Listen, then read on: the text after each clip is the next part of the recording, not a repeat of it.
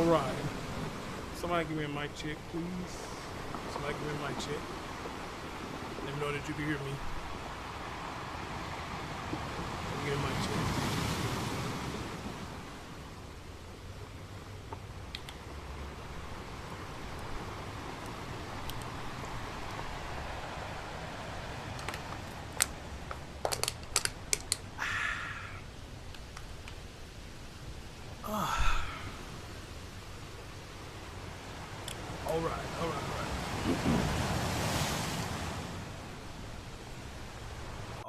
All right. Guys, I apologize.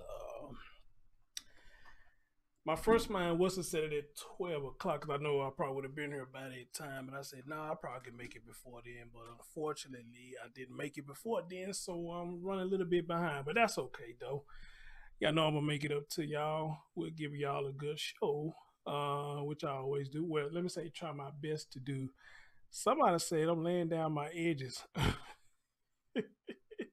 What the fuck? Hell no, what edges? Shit, god damn it! You just remind me. I meant to text my barber today, see what time he cutting her tomorrow. Damn, I meant to text my barber. You say I'm low? You say I'm low? Hold on.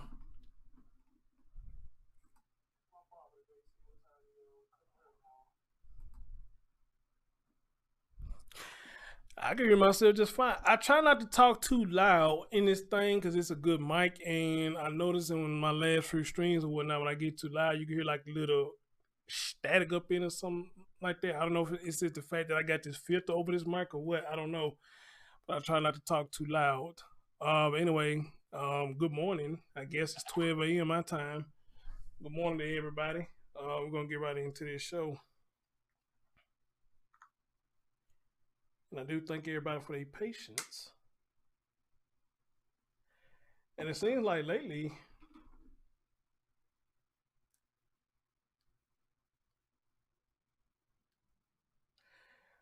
my notifications have been going out. So I guess that's a good thing and whatnot. But I need to do a few things before we get into the show. So I guess they give a minute for people to come in, or they're going to come in and see what's going on.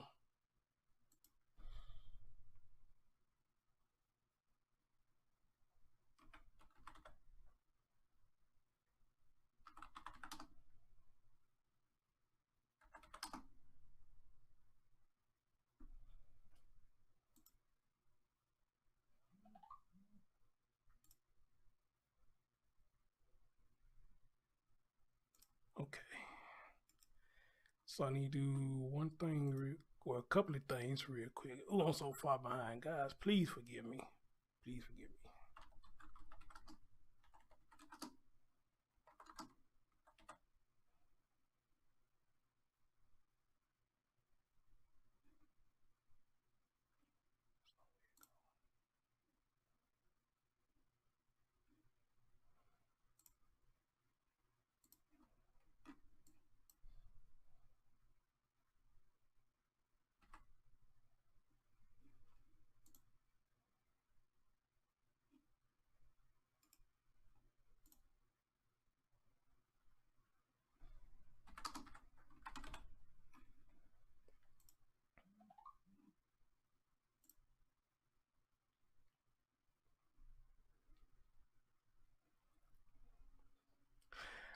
I think I'm ready. Am I ready? I think I'm ready.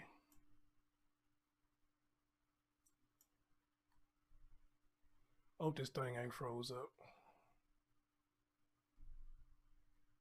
There we go. Okay.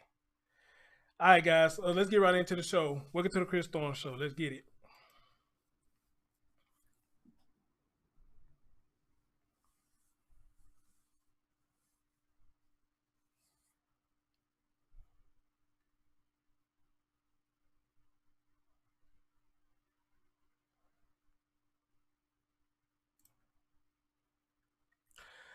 What's going on, everybody? As always, good morning, good afternoon, good evening, whenever you're watching my content. As always, like, comment, subscribe, and share.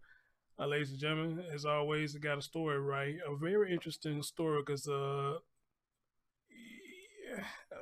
not sure what's really going on here, but You know, it's really crazy. We have children, which were foster children, that was abducted. If I said that right, if I said the word right, abducted in New York, Greece, New York. Don't know if they've been missing for a full 24 hours yet. I haven't had a chance to read into everything as of yet. But we're gonna do that tonight. Or some of y'all who already been hearing about the story, you as always, I'd like for y'all to hit me out about what's going on. But we got an update today that the children have been found safe. Thank God. Thank God. We got a story that nobody died. So I am very appreciative of that.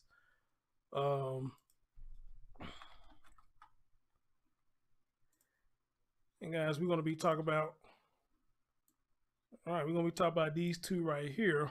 And there's another player in the game that we're gonna bring up. Let's see. I think that's him right there. And we're gonna bring up him. All right, we're gonna bring him up. We're gonna bring him up.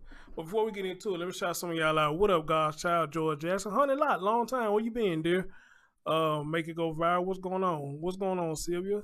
Stephen, what's going on? Lady D, what's going on? Melissa, what's going on? Always in the building. What's going on, Wendy? What's going on, Spencer? And everybody else. Sophia came here earlier. So whoever gonna come a little later, I don't know what's going on with y'all too. All right, guys. The babies that you see above me is Dimitri. The boy name is Dimitri Cash Jr. And the young lady is if I'm saying her name right, Shekeria Cash, if I'm not mistaken. The man you see over here to the left of them is Dimitri Cash Sr. Now, the meat and potatoes of the story is that somebody broke into the foster parents' house wearing masks, came in through a window, something like that, and got these kids, put tape over the foster parent mouth, and took off with their car. I'm trying to go off the top of my head. That's what happened. And doing this, I guess they already labeled the dad as the suspect, which is Dimitri Sr. They already looking at him as the suspect. That has something to do with this because I think he has some prior engagement with this. He did something he wasn't supposed to do. So, to my recollection, I think that's the way the story is going right now. But again, the update is that these babies have been found safe. Now, I heard somebody said something about they were found in Alabama. I don't know. I haven't gotten to that information yet. So for those who ain't been following this story, let me see if I can pull up the stuff so I can get y'all caught up. And then we're going to get into everything else. Let's see. Right here. Is this it? Not the one, but I am going to put it up too. Which one is it?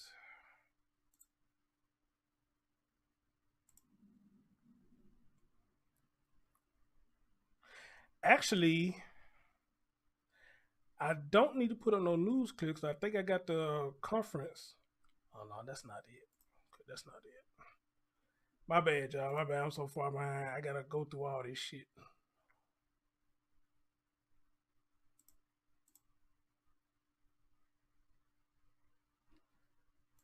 so that's not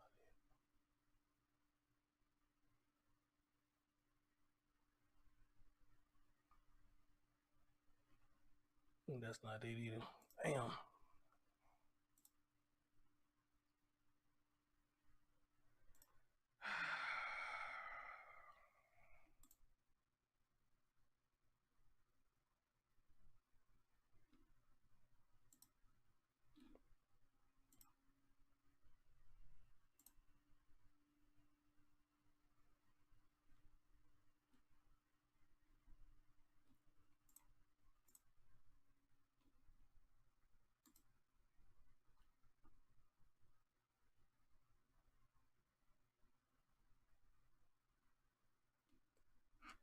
Now, wait a minute now. Where's this?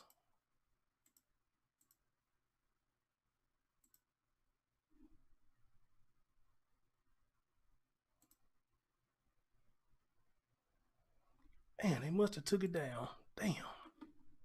They must have took it down.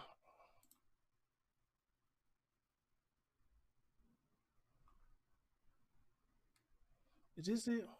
Rylick, the town of Greece, and Charlie Salina, the marshal for the Western District of New York, is with us today. So last night about 8:50, we responded to 805 English Road for a report of a home invasion. And okay, I think this is it, guys. I think this is it right here.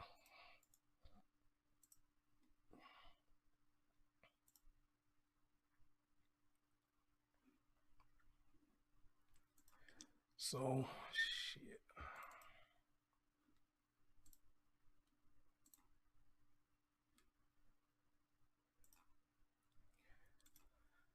Come on, Chris. Come on, come on.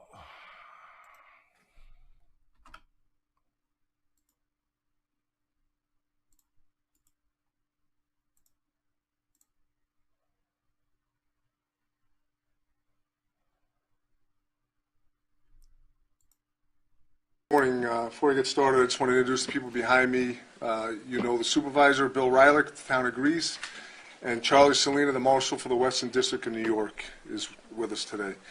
So last night about 8:50, we responded to 805 English Road for a report of a home invasion and an abduction. The female homeowner reported.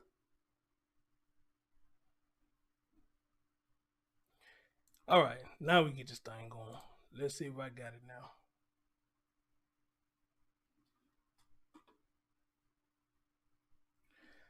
Morning, before I get started, I just want to introduce the people behind me. Mistaken, You know the supervisor, Bill Rylick, the town of Greece, first hit. and So for those who ain't been following the story, you know, you're gonna hear how, when everything first hit, if it's the right one, and if not, then I'm gonna have to do what I can because I am so far behind. I do apologize, y'all. So, all right, here we go. Here we go. Charlie Salina, the marshal for the Western District of New York, is with us today. So last night about 8:50, we responded to 805 English Road for a report of a home invasion and an abduction. The female homeowner reported that she was downstairs while her 7 foster children were upstairs when she heard a crashing sound at the front of the residence. She then observed 2 male blacks breaking through the front window and entering the residence. She screamed, and when she screamed, 2 of her children from upstairs came down to check on her to see if she was okay. She immediately grabbed onto her 2 children and wrapped them up in her arms, at which point the 2 suspects then grabbed all 3 of them, used duct tape to forcibly tape all 3 together. Once they did that, they also put tape over the female homeowner's mouth to prevent her from screaming. The 2 male suspects then went upstairs and forcibly removed the 2 children, Shekeria and Dimitri, and removed them from the residence forcibly. On the way outside, they also took the keys to the homeowner's van and fled the scene with the children inside. GPS on the vehicle led us to Whitehall Drive, where we located the vehicle. At this point, we have not been able to locate either of the children. We've contacted the task force, the Marshal's Task Force, which is comprised of state, federal, and local agencies to aid in the search of these 2 children. That's paramount for us, is to try and locate the children. That's our first mission here. I'll answer any questions that you may have. If they stole the vehicle from the home, how did they get there in the first place? Was this a real set-up plot? We believe, based on the investigation, that this was a planned and targeted abduction. Chief, let me ask you, there's a familiar face that comes to mind with a story that happened last year involving a biological family member. Is that person a suspect? Is a father a suspect of any of these children? Our first priority is certainly to find these 2 children. The father, Dimitri, is definitely somebody that we need to speak to. We are attempting to locate him. He is definitely a person that we need to speak with regards to this investigation. But you can't confirm one of those males is Dimitri? No. You saw the Amber Alert that was put out. Also, Joe Henneke from the National Center of Missing and Exploited Children is here. NECMEC has been helping us throughout this investigation early on. The Amber Alert was put out. NECMEC also does the flyers for us. They've been working with some of the financial stuff that we're looking at, as well as some of the forensic analysis that we've been doing. Were any other children hurt in this? There were 7 children, and if you could also explain, were they biological of the foster home? Or? No, they're all foster children, all 7 of them. The 2 that came down, where the mother held on to them, one of those children cut his lip. He's got a slight injury. So this was a forcible act to abduct these children. And, you know, we are trying to use every resource available to us from the town. The supervisor's been briefed on this from the early on, has offered any resources that we may need. The task force, you know, is comprised of, we have dozens of officers out trying to locate these children. And we're imploring the media, the public, the residents of Greece, the residents of this great city and county, we need your help. I'm not going to stand up here and say that we know where these guys are, these beautiful little children, because we don't. And we need the help of the public to find them. The suspects were violent to the mother and the other children, but what led you to believe that they're a danger to those children? What did they do that led you to believe they're in danger? Like I said, they were forcibly removed from the residence. Okay, and so what I mean by that, it wasn't, let's go take a walk. You know what I mean? They were forcibly removed, and we are gravely concerned for their well-being. There was a window smash. I might have missed that part. Did you mention that? I did. They broke through a front window and gained entry that way. Can you confirm the pronunciation of the names of the kids? Shekeria Cash is how I'm pronouncing. I'm not 100% sure. And Dimitri Cash Jr. And they were wearing pajamas? Yes, they were wearing fire truck. Dimitri was either wearing fire truck or dinosaur pajamas, and Shekeria was wearing panda pajamas with braided hair. And there are siblings. Correct, a brother and sister. Where's the biological mother? We're attempting to locate her as well. Is she a resident of this area? We believe she is. You believe she is? Has she been in cooperation, or you have not contacted? We have not gotten in touch with her. She hasn't had as much involvement with the children as Dimitri over the last several years. The foster family has had custody of the 2 children for about 2 years. We did some searching. Did he face any criminal penalties after the abduction from the Greece school last year? Yes, he's currently there's 4 misdemeanor charges that is currently working its way through the courts. So it's still pending. Correct. So this is a foster home.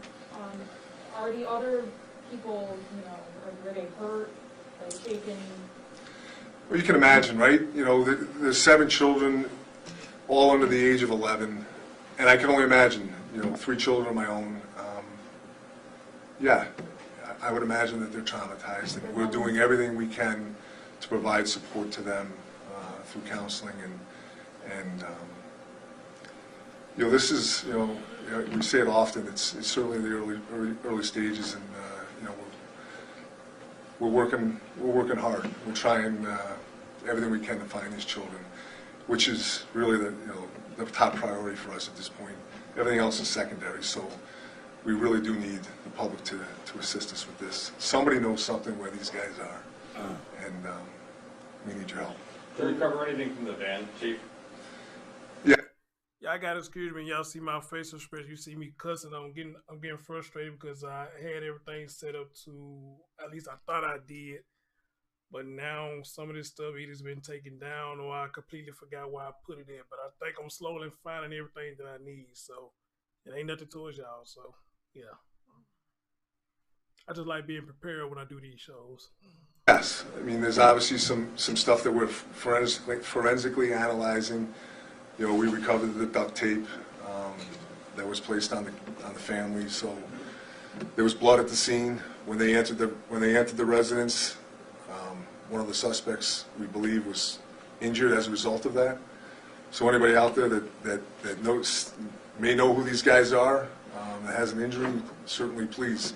The number's on the flyer, 911 or 428-6666, and please come forward. Why do you think these two kids were targeted specifically? I don't know. I mean, certainly we want to talk to Dimitri, see what he knows about it. Obviously, they're his children, and I don't know the full circumstances why they were particularly targeted. Is Dimitri a suspect? I know you say you want to talk to him, but is he an official suspect? Do you believe these children are with him? We need to speak to him with regards to this investigation. We don't know what he knows, and it's very important that we speak to him. He'd be the first person that we want to speak to. Obviously, the people that broke into the house, obviously are also people we need to try and locate, but he's the father of these children, and we need to speak to him. Chief, Marshall, could you talk about some of the efforts that you provide with the task force, or what happens when the federal authorities get involved? What does that process entail? Sure, as the chief said, it's resources. It's not only us, it's the state police, the Monroe County Sheriff's Office, Rochester Police Department, Reese Police Department. So this is our top priority now. We have a 5-year-old and a 3-year-old that were violently abducted. And as the chief said, our top priority is to get them safely returned. Chief, can you walk us through the process to get to the Amber Alert? So if this happens at 8, sometime after 8, and then the Amber Alert happens, so why then, as opposed to say any earlier or any later? Well, this particular case, because of the abduction, the violence that was associated with it, it met the criteria for an Amber Alert immediately. So we have to put things together to get that alert out there, which this particular case met that criteria based on the nature of it, the children, the fact that it was a confirmed abduction. So it clearly met the criteria that was needed for it. So I'm just trying to catch myself up to speed here. So this happened at 8:40, and the Amber Alert goes out at midnight? I'm not sure what time the Amber Alert went out, but it occurred at 8:40. By the time you respond, there's The fuck?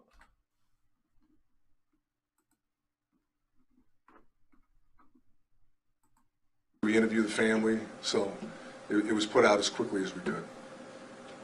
What can you tell us about how long these children were with this family and any other background?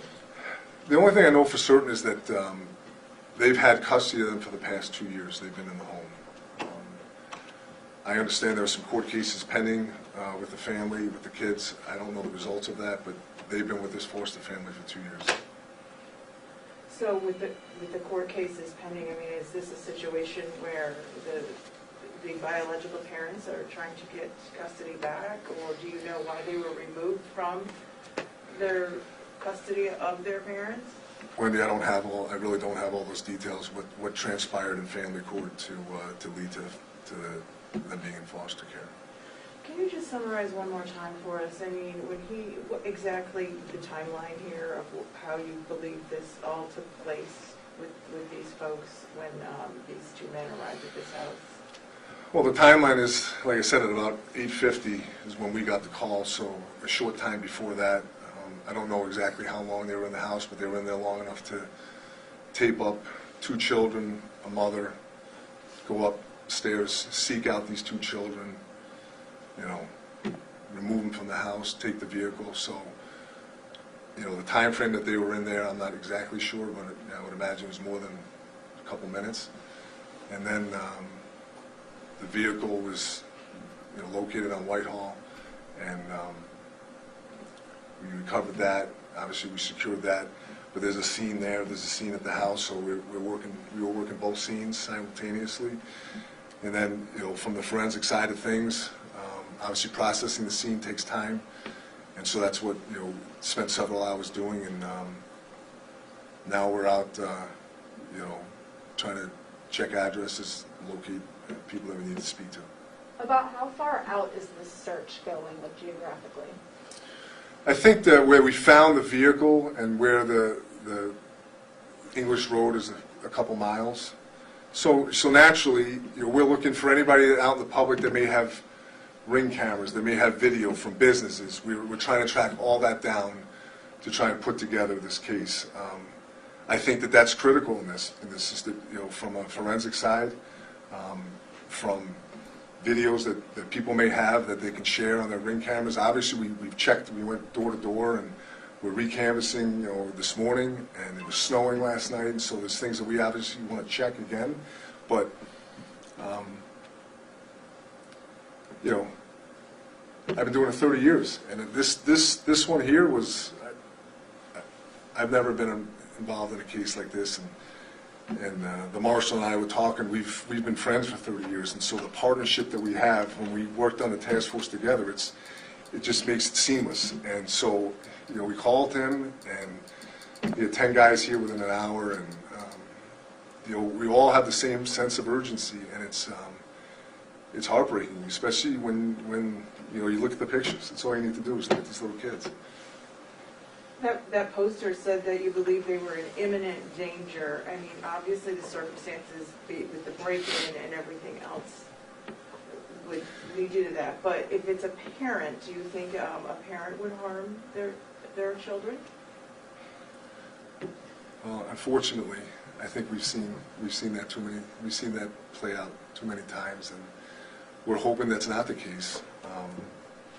We're hoping that, you know, these kids are found safe, and that's our goal, that's our mission, and we're going to do everything we can to you know, have this come to a successful conclusion for sure. But you also have to be realistic in our world, in our business, that we've seen some terrible things, and not to suggest that this is the case here, but you know, we're acting with that sense of urgency, and we're trying everything we can to try and locate them. What else can you tell us about Dimitri? Does he have ties outside of the community that you're looking elsewhere? Is he from Rochester? Yeah, yeah, he is from Rochester. You know, certainly, we're not containing our search or we're not containing our search to just this area. I think that would be foolish. I mean, wherever the investigation leads is where we're going to go, and there's a number of interviews that need to be conducted, family, friends, and that's what we're trying to do now. Does the foster home have security cameras like around it or anything? Yes, we're looking at that. Are other jurisdictions helping in the search? Yeah, so like I said earlier, we've got law enforcement from every agency, from the FBI to the state police to the National Center for Missing and Exploited Children to Marshal Salinas Task Force, which is second to none. This is what they do. They find people, and the Greece Police is thankful and grateful to be able to work with them. Chief, what does the surveillance video at the foster home show? I'm not going to get into that, Berkeley, but we're still trying to download and analyze it. Can you see the faces of the people? No. So they concealed their face? Yeah, they were wearing, we believe that according to the victim, they were wearing masks. What was going on with the rest of the family? Where were they in the house? So, as you can imagine, with 7 children under the age of 10, it's after 8 o'clock, so they're in bed. And hey, what up, Cortez? Hey, I'm glad you came through, bro. I need to holler at you. Send me an email, bro. I need to holler at you. I need you to do something for me. The foster mom is downstairs trying to get some milk, drinks, things of that nature to bring up to him, and then this happens, and like I mentioned earlier, 2 of them came running down to her screams, and like any mother would do, she naturally grabbed onto them. What leads you to believe this was scouted out? Well, I don't necessarily want to use the word scouted out. I think that it was a targeted abduction in the manner in which they sought these 2 children out, when there's 7 other children in there, so they were looking for these 2. The husband wasn't home at the time, right? No. So you think maybe the 2 perpetrators knew this? I don't know. Was there any video recovered where they swapped cars? We're still looking at that. Any witnesses? We're still interviewing a bunch of people. What's the deal with that location? Why there, do you know? English Road or Yeah, where? where the car was found? I don't know. I mean, it's an apartment complex fairly close to this. Why they dumped it there? I don't know. I mean, obviously, I think that they left there in another vehicle would be my guess. So whether that was already pre-planned, those are all questions that we have. Are you able to say anything in regards to the community here? I mean, this is a pretty significant event and alarming, I'm sure, for folks. There's two aspects from my perspective. One is certainly as a parent and a grandparent, you want to make sure the kids are okay. That's number one. So that's my one concern. My second issue is that I want to make sure that the police department, whatever resources, when you have an investigation like this, and I'm not saying this is occurring, but sometimes there's travel involved, and those it costs dollars to do that, and whatever resources they needed, I wanted the chief to know that they're there at his disposal to bring this hopefully to a successful conclusion. So that's what I wanted to make sure.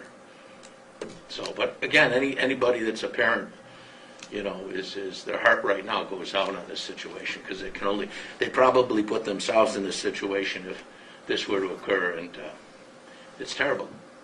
Are we good? All right, thanks. I appreciate it. Thank you. Obviously, if you have anything else moving forward, we'll reach out. Thank you. Chief, by the way, any condition on the foster mother? She's, physically she's fine. Was her husband dad home?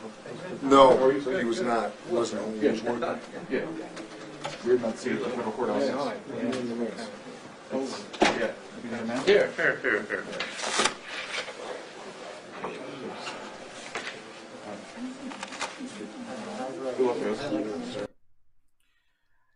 All right, guys. That is the police conference when everything first hit. To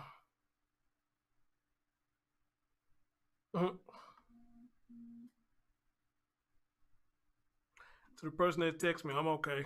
I just get frustrated. I can't get my shit together. Could do these damn shows. But anyway, though, that was the police conference of where everything first popped off. So for those who still didn't catch what's going on, I'm gonna read to you a little bit of what they say is going on here. But again, keep in mind they have been found safe. I don't know what's gonna happen after this, but it says Monday night they was kidnapped. Shekeria is 3 years old. Dimitri is 5. They was kidnapped from a foster home in Greece, New York, at 8:40 p.m. and are believed to be at the time they say they believe to be in danger. They were living at the foster home for the past 2 years. And a woman in the foster home told police she saw 2 men breaking into the home through the front window. The men tied her up and 2 other foster kids. So they tied up her and other foster kids with duct tape before heading upstairs and taking Shekeria and Dimitri before taking them to. Then they say they took her van with the children in it, and they later found the van. All right, so that's when everything popped off. So all right, now we're gonna hear what they got to say about the children being found. I want to bring up something interesting to y'all because they saying that the father has been in custody battle for 3 years. Again, I don't have it at church. I don't know how this stuff works. I hate to see this stuff that people go through this and put children through custody battles. Whatever happened to people just try to co-parent and work together, make some things happen, but we're in a whole different era now. So this man been in a custody battle for 3 years. And I would love to talk to him and see what's really going on here. We have safely located Dimitri and Shekeria Cash. They are in police custody tonight and in no further danger. Throughout the day, the Greece Police Department, the U.S. Marshals Fugitive Task Force, Buffalo FBI, and the New York State Police worked tirelessly on investigative leads in this case. Ultimately, information was developed from a rental vehicle that was rented locally. This vehicle was tracked to an address in Montgomery, Alabama. Okay, so, all right, they was found in Montgomery, Alabama, New York to Alabama. That's a little ways, ain't it? Task force in Montgomery was contacted in addition to the FBI field office in Montgomery, and a surveillance detail was established. And at 4:50 p.m. Central Time, a female was observed leaving a residence, a felony stop was conducted, and she was taken into custody.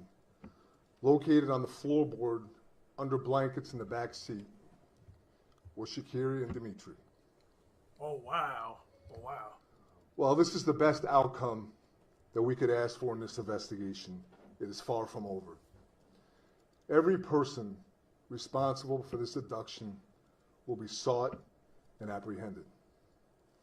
They will be held accountable for what they did. There was a female involved. Ooh. I'd like to take a moment to recognize the outstanding police work that was done over the last 48 hours.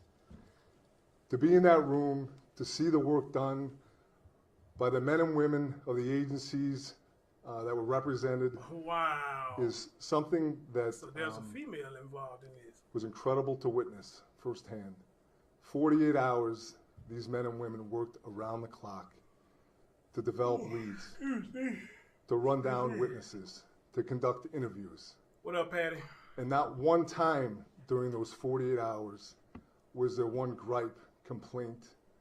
Every time we had something that we wanted to discuss, it was about how we're going to find these kids safely. And I got to be honest, to have this done in 48 hours is truly amazing police work. I'm going to recognize, as I did before, the FBI, the state police, the U.S. Marshals Task Force, the DA's office, the men and women of this fine agency, the Greece Police Department. You know, I'm happy that these children are found. God knows I am. I'm happy that they found, but at the same time, it makes me sad because we got two little boys that we hoping will turn up alive. That's been gone for, if not a little bit after a month, it's coming close to a month, or it has been a month since the two young men out there in California been missing. So, you know, I'm happy, but then I'm sad at the same time because these kids been found like that. Then why we just having such a hard time having these boys found? Amen. That just makes me sad, you know. I cannot begin to thank you enough. The public, we received tips. Some of them were better than others, but we ran every one of those tips down. This is truly a moment that we will cherish forever, to be able to bring these kids home safely. I'd like to turn this over to Charlie Salina, the Marshal of the Western District of New York.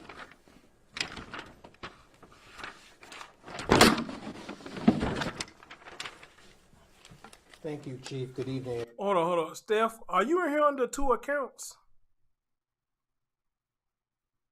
Because when I try to type your name in, I saw two of you. So are you under here under two accounts? Are you trolling me, ma'am? Everyone, I'd just like to echo what Chief Forsyth just said. This was an outstanding day for law enforcement. As the Chief said, 48 hours ago, Shekeria and Dimitri were violently abducted from their house. And as the Chief said, it was nonstop, all hands on deck, from every marshal, FBI agent, trooper, Monroe County Sheriff's deputy. The DA's office was involved, and the bottom line, these kids are safe, and they're going to be returned to home. Shortly after they were arrested, I contacted the marshals that were on the scene. They reassured us. They said that the children are now, they were eating chicken nuggets and watching Tom and Jerry cartoon. So that really, there was a sense of relief from all of us in law enforcement. So again, Chief Forsyth, outstanding work by your department and every federal, state, and local law enforcement agency that was represented here. And now I'd like to turn it over to the FBI Special Agent in charge in Buffalo, Steve Belanger.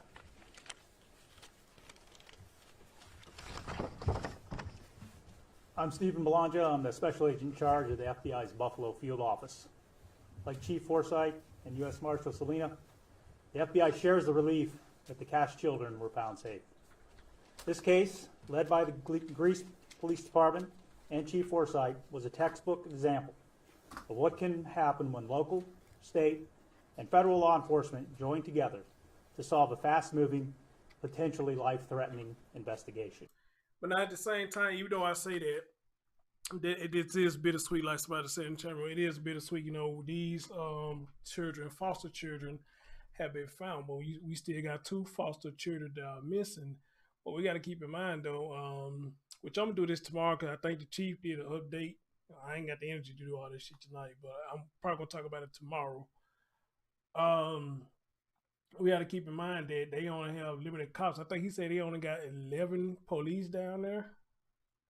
So they got to bring other agencies in to help them out. So I guess that's one of the reasons why everything takes so long right there with them, you know. So versus New York here probably got all the muscle where they can go all over the place, you know. So again, I hope Orrin be found soon and hopefully alive, please. In addition to all the New York agencies already mentioned, I want to say a special thank you to the U.S. Marshals and the FBI agents in Alabama whose quick action helped lead to the recovery of these children. Thank you.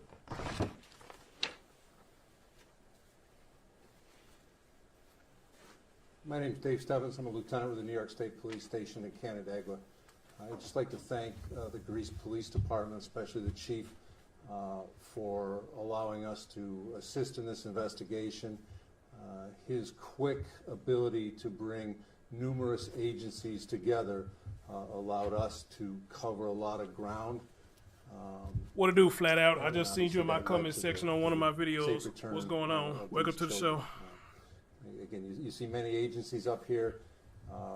And I heard that name you said in my comment section, Soul Alchemy. I'd have heard that name before. That's a female. Am I correct?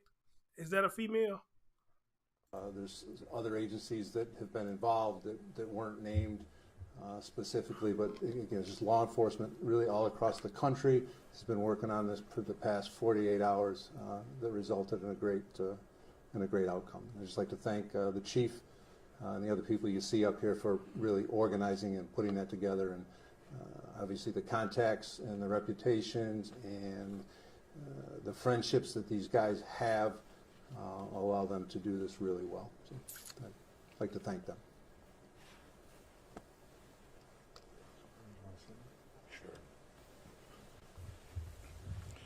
I would just like to say I witnessed a piece of the investigation that was ongoing. Today I stopped up here. There were 25 members of law enforcement from all different agencies working together for one common cause, and that's for the good of those children.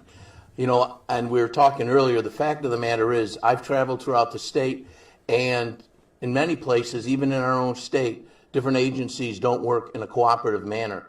And the way everyone came together, and it was all hands on deck.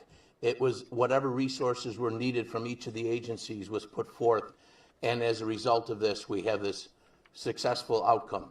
And I would like to say I'm extremely proud of the Greece Police Department and our chief. Right, Patty, yeah. I don't think he slept in a couple of weeks. But that's the dedication he has. I know one night he was around the clock just staying with it to do what he could to make sure the resources were there. So again, it's a very proud moment for me as a supervisor of this town. It's a very proud moment for me as a resident of the state, with all these various federal and state agencies and local police come together to try and bring this to a positive outcome, which is the case here. So I just like to thank everybody involved for putting forth the effort they did. I just want to add a little something that was mentioned about, the partnerships and the collaboration that we have. Yesterday morning when we were starting this thing, after a long night, we contacted the crime lab and John Clark, and we asked him to process some blood for us that was at the scene of the crime. And typically in a county like this where you're inundated with these types of requests and there's a number of things that generally take priority. John put this blood evidence at the top of his list and turned it around within a day. Sarah Van Striding from the District Attorney's Office has been attached to this detail from the beginning. I've been in contact with Sandra Dorley, the U.S. Attorney from the Western District. The partnerships and friendships that we have, even outside of our job, enables us to work so well together. You know, we have a mission and a task at hand, but we're able to joke, we're able to lighten the mood, just because we're friends. And that can't be underscored, because you don't see this a lot around other agencies, even around the state. And our friendships and our partnerships, the FBI called, you know, the day that this thing occurred, whatever you need, Drew, whatever you need, the FBI will be here. The marshals, I can't begin to express the appreciation that we have for our partnerships and for the men and women that work this thing. I know that there's going to be several questions that you have. Understand again. Glazzy, that's what it sounds like, but I don't know. Nobody gave no confirmation of that as of yet, but that's what it sounds like. If it wasn't them two, he probably had somebody do it, but I'm getting into that later because I think he had a run-in and he tried to get him, and I think he got in trouble for doing that. So we'll talk about that in just a minute.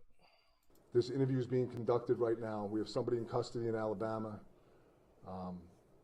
There's many questions that you will have, but we will hold these people accountable. Probably so, Steph. Probably so. So if you have any questions that directed to any one of us that we can answer, we will. If we can't, we're going to tell you that we can't. Hopefully you understand and appreciate the reason for that. Well, first of all, nice job, guys. Thank you. This is excellent news. Can you tell us who you have in custody and what brought you to Alabama? What was the tip that brought you there? So I'm not going to tell you who we have in custody this. Okay, she asked him, because it's kind of low, I might need to put my headphones on, but she asked him, you know, who's in custody and what led y'all down there to Alabama. I would like to know that as well. And his response is, this is an interview going on as we speak. There's interviews going on. I can't get into the names of it. There was a number of leads and follow-ups that we conducted today. What led us to Alabama was a rental car that was rented locally. That rental car was tracked through, and again, the forensic and the forensic work done on telephones and GPSs by members of this task force, specifically Jeremy from the Marshals Task Force, running these phones down for us, led us to an address in Alabama. And it was a phone call between the FBI and the U.S. Marshals. Within 40 minutes, we had a detail set up on this house. So that's what led us down there. It was a vehicle. damn, did y'all hear that? Look at all that. You know, man, I wish Cal City could do that. I wish Cal City could have their resources there. Maybe we could be doing an update about them being found, whether they dead or alive. But you know, wow, shit, man, I'm getting jealous that they's able to do this, but Cal City is having such a hard time. Where's Dimitri Sr.? We don't know. What's his involvement in this? I'm not going to get into that. How many suspects do you have? We have one in custody at this point. At this point, just one. The woman? Yes. So you don't have either of the two men who broke into the home in custody at this point? I'm not going to get... So they got one in custody, guys, and that's the woman. They just asked him about the two that took them. Do they got any information on them? And he says what? Specifics as to who we're speaking to and who's going to be charged. We don't know. What's his involvement in this? I'm not going to get into that. How many suspects do you have? We have one in custody at this point. At this point, just one. The woman? Yes. So you don't have either of the two men who broke into the home in custody at this point? I'm not going to get into the specifics as to who we're speaking to and who's going to be charged. I can just tell you that we have one female in custody at this point. What role did Dimitri Sr. play in this? I'm not going to get into that. All right, so somebody asked him what role did the dad play in this, and his response was, I'm not going to get into that. So I'm assuming I'm going to assume by him saying that the dad does have a role in this, but I guess since everything is going on right now, he cannot speak on it. So, damn, I hate when they be like that. But I guess it's their job. I got to respect it. The other day you were saying he was the person you wanted to talk to, and he was the utmost important person. Were you able to talk with him? We have spoken to him. His family says that he's out of state. I don't know what state. Can you confirm that he's out of state and where? So they have made contact with the dad, and the lady asked him, a rumor going around that he's out of state, wherever they're supposed to mean, and I guess he finna tell us, what's up with that. We did not speak to him here in Rochester. So Is he a suspect? he's a person that we still want to continue to talk with. Is he in Alabama? I'm not going to get into that. Is he not? Damn it. She asked him, is he in Alabama? He said, I'm not going to get into that. Damn, they can't even tell if he's in Alabama? No. No, he isn't one? He's a person that we are going to need to continue to talk with. What happens to the kids now? What's the next step to get them back here? So locally, there's, similar to what we have at Bavona Child Advocacy up here, they're going to be spoken with down there. We'll make arrangements to get them back home to their foster family. They've been contacted and advised. There's warrants that need to be executed down in Alabama. There's so much more that needs to be done, but as far as the children go, they'll be brought home as quickly as we can. You said something about the Monroe County Crime Lab testing the blood evidence. What was the blood evidence? Where did it come from? Who did it belong to? And how did that lead you to Alabama? Blood evidence was found at the scene on English Road, and it was processed there. We turned it over to the crime lab, and they gave us information that we needed to lead us in the investigation. So it obviously belonged to one of the two suspects that broke into the home? It's evidence that we utilized for our investigation. So it's kind of low. I don't know how good y'all can hear it, but it's kind of low. So that's why I got these on them stopping it so I could try to relate to y'all what was being said. So the guy asked him about the blood because he mentioned earlier about some blood. And he said, we took the blood because we needed it for this, or whatever the case may be. And the guy says, so, is the blood connected to one of the suspects? And that's why he gave a long pause. Cause I guess he got to be careful with what he say. So, wow. Leads, which ultimately led to an arrest. Do you think you know who the two people are who broke into the home? Do you think you have positive identities on them, even if you don't have them in custody at this point? We're still working a number of investigative leads, and like I said, there's information that I cannot share to jeopardize this case. And I appreciate the questions that you keep asking, but there's certain things that I'm just not going to talk about. But thank you. Can you tell us if the woman who was with the children is a relative or friend? Did she know these children or the family? At this point, I don't want to share any more information with regards to the investigative steps, other than to tell you that. One thing I noticed about police conference, they answer the low level questions, but when you get into the real deep shit, for some reason they can't answer those, and I guess I gotta respect that. Remember the Arbery, what's that story I covered? Ahmaud Arbery, I think that's his name. And remember, I was fucking around with Vic because Vic was answering questions, but he was answering like the low-level questions. But when they started asking the big questions that the public wanted to know, he kind of ducked and dodged, and he kind of doing the same thing too. But you could tell that, he tried to choose his word carefully. And I guess I can't do no but respect it because he is a police. So, man, just let this shit out, man, because I feel like they let it out because it's going to come out eventually, I guess. I don't know. I don't know. The purpose of this was what we stood up here and said yesterday was that our mission and our goal was to find these kids safely. And the work done to do that is why we're here today. And as this investigation moves on and more information becomes available, we'll obviously be able to announce that and release that. But at this point, the purpose of this was really to let the public know, number one, the great work done by these people, and to share the great news, to be able to return beautiful children to their foster parents. How important was the public in helping you guys get this far? It was extremely important. As a matter of fact, Charlie and I yesterday, last night, we went to Wegmans because we wanted to get food and drinks for the guys that are working it, and there were several people that came up to us to wish us good luck, to show their appreciation for the job that we're doing, and so the public is always important. And in this particular case, like I said earlier, we had significant assistance from people calling in information, and I think it's really a credit to their willingness to help, to get involved, and to support law enforcement, and that's really what was done in this case. Is the job done? What needs to happen next? Well, like I said, we have one person in custody. There's more people to locate. There's much more evidence to process, interviews to be conducted. So we're not even close. Oh, he said there's more people to locate. So damn, just how many people involved in this shit? This is the first step, the most important step, and that's really where we are right now. So can you just describe a little more when the kids were under a blanket? Were they, I don't know, how were they? There were no injuries, but were they upset or were they happy to see you? I don't know.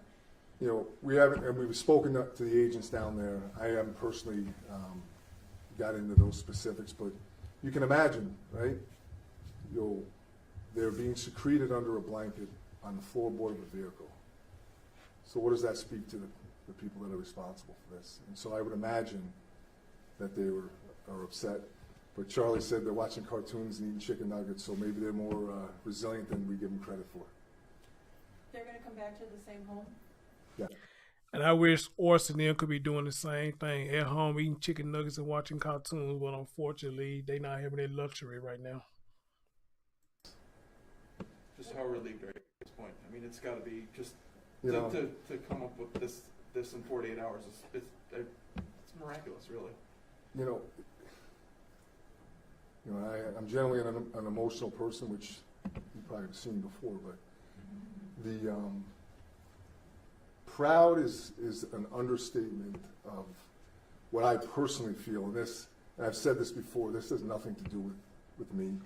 This has all to do with the people behind you, the people that are still up there doing interviews, the leadership of all of these agencies, state, local, and federal.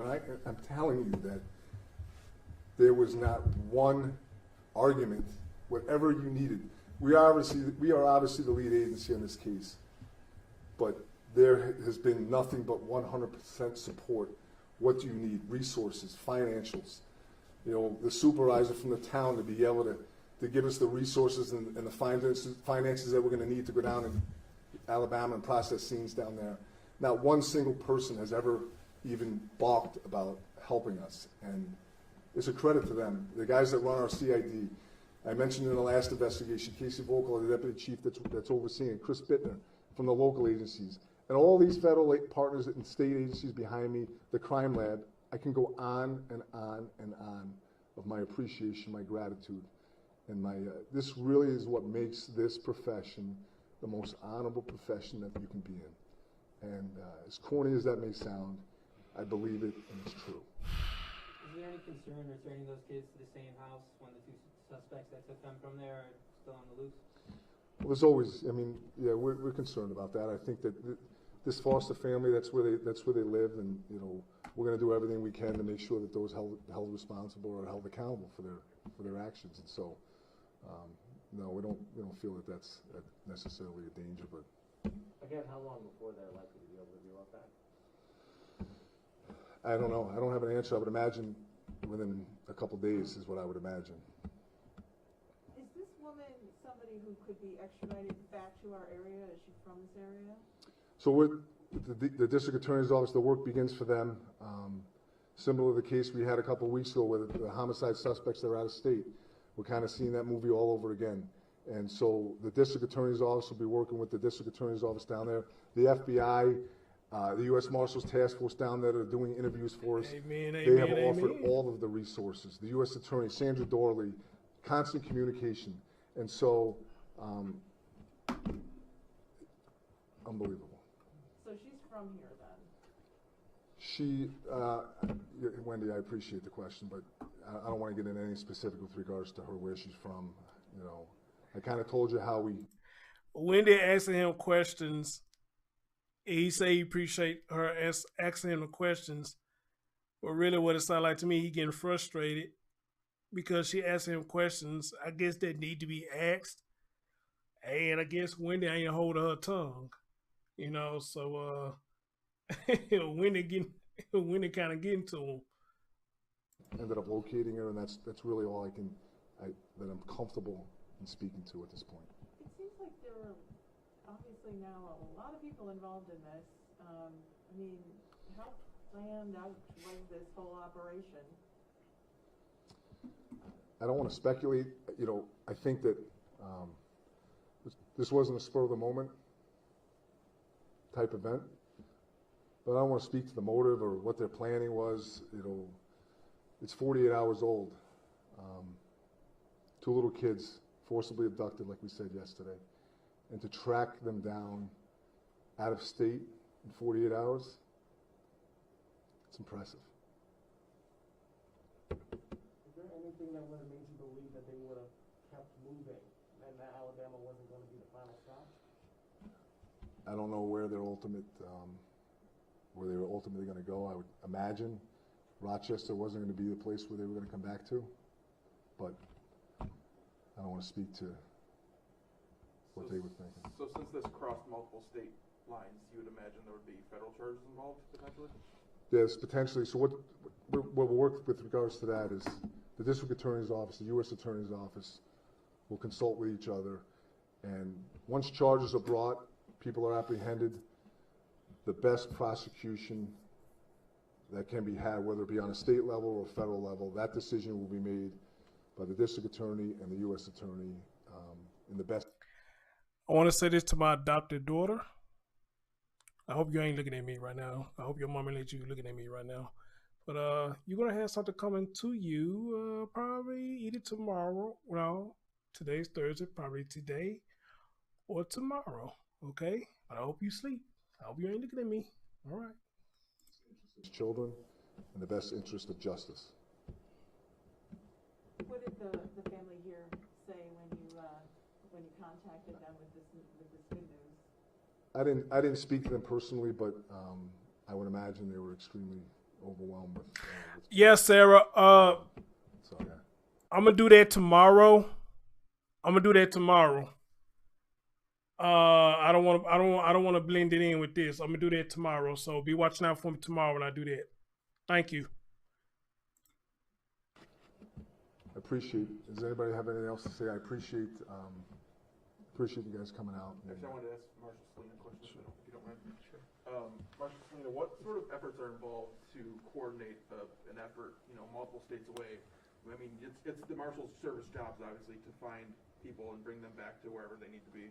So what sort of efforts are involved to track people and then coordinate a rescue, or not a rescue, or coordinate interception, or whatever you want to call it? Yeah, this was a rescue. The children were abducted. This was, put your nose to the ground police work. But not only U.S. Marshals, but as the chief said, the Greece Police Department, the troopers, Monroe County Sheriffs, FBI, every agency involved. And, we do this every day here in Western New York. So it was seamless. We're constantly communicating with each other. So when the lead came to Alabama, within 30 to 40 minutes, a surveillance was set up. And really within an hour, they were safely recovered and a suspect was taken into custody. And so, is it hard? Not here in Western New York, because the cooperation between federal, state, and local law enforcement is tremendous, as the chief said. Thank you. Thank you. What town were the kids found in again? What town in Alabama? City of Montgomery. Can anybody comment on if the state police can in regards to the helicopter crash that happened earlier? I don't know if you have a team there or if you can make any comments in regards to that. Really, all I know at this point is that we have state police, Monroe County Sheriffs, and military in the area investigating it, and most of what I know I've got off of media, so I really can't comment more than that. It took off from Rochester. That's about it. So can you confirm it was a military aircraft? No, I cannot. No. Thanks, guys. Thank you, gentlemen. Congrats. Thanks. No problem. Amazing outcome. Yeah, I'm really good. Like, I got chills going. Yeah. It's incredible you guys were able to Hey, good job. locate this kid. Happy for you guys. This kid. That's awesome. Yeah. Hi, good to see you. Go Bills. Good to see you. Hanging in there. Yeah. What's that? Yeah. Trying to stay safe and sane, you know?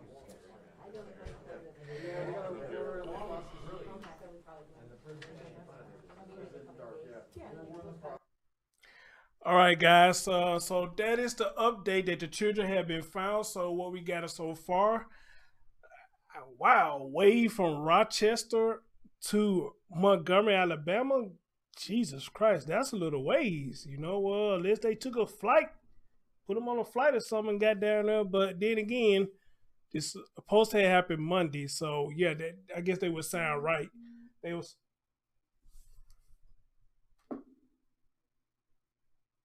Oh, okay. Yeah. So I guess there would be enough time for them to get from Rochester to Alabama. So they got to Alabama. They got tracked down with a rental car and tracked this car down, which a female was driving, and got the babies on the floor covered with a cover. I want to know that question too. Was they were scared or was they upset? I mean, I want to know that too. How did they respond when they was found? And was that lady being mean to them? You know, hollering at them, telling them to lay down, you know, and this, that, and the third. You know, I want to know that too. But again, the most important thing is these babies have been found. So again, I am thankful for that. I just hate we can't get the same result for Orson right now. I'm jealous. I'm jealous that we don't have that for them right now, you know. Steph, to answer your question, yes, I did say that because y'all know I get to cussing and stuff, and she don't even be listening to me cussing. And Glazzy said, why they all give him chicken nuggets? I mean, I don't know. Maybe that's the quickest thing to cook. I don't know. So, all like this, if the children ain't complaining and they watching cartoons and chicken nuggets, then, you know, hey, let them do their thing. 1 on 3 and the other one is 5. 1 on 3 is the other one is 5. All right. So listen to everything so far. What it sounded like to me was they finna get these children far, far away. They finna get these children far, far away. And they won't plan on coming back. Which lead me to believe that the dad may have been involved in this. I don't know, because you went to Montgomery. You got a rental car. Where was she finna go? You know, but yeah, they probably get them way out of state. I love snack cakes. Ooh, that sounds good, but I need to go get me some. What's going on? They don't know who took him yet. They don't know who the suspects are, but they did mention something about some blood. They processed some blood, and it's working with the case. So I guess whenever they process this blood, that's gonna be one of the perpetrators who broke into the house. You know, so he didn't say much. He didn't say much, everything, but I believe, like Steph said, he wanted to answer a lot of questions. But whoever their window woman was asking the questions that I got a lot of people want to know. But unfortunately, by the case going the way it's going right now, there's only so much he could say, you know. So, man, damn, but what a word it could be if he could say more than what he was. All right. So, guys, speaking of the father,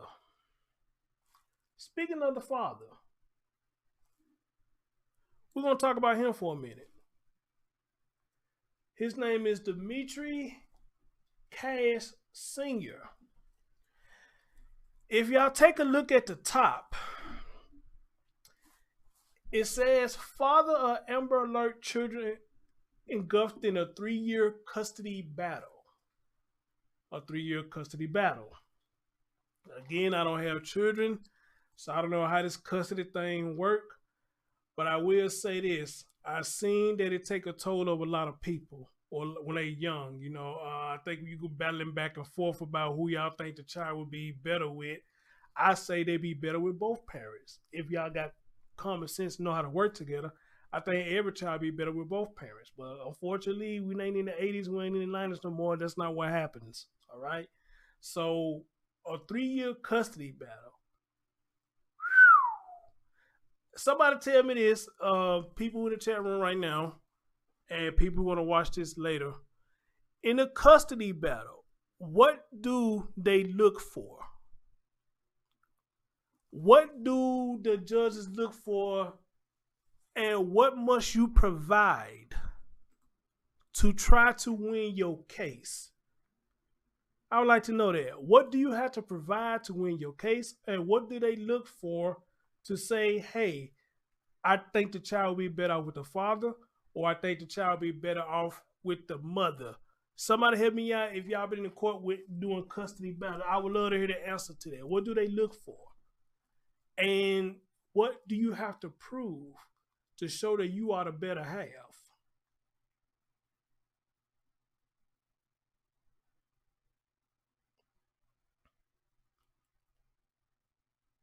Yes, they do.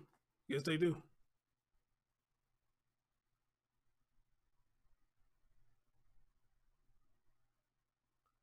Steph said a paper trail to show who is best fit. Man. Golly. That's a damn shame you gotta go through all that.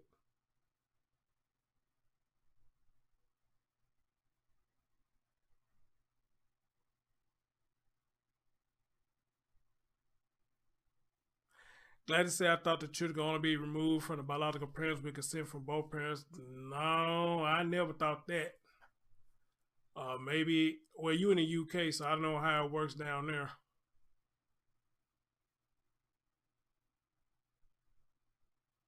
But no, anybody got to give permission to do anything. In the era that we in now, I think the mothers have a more say than the fathers do.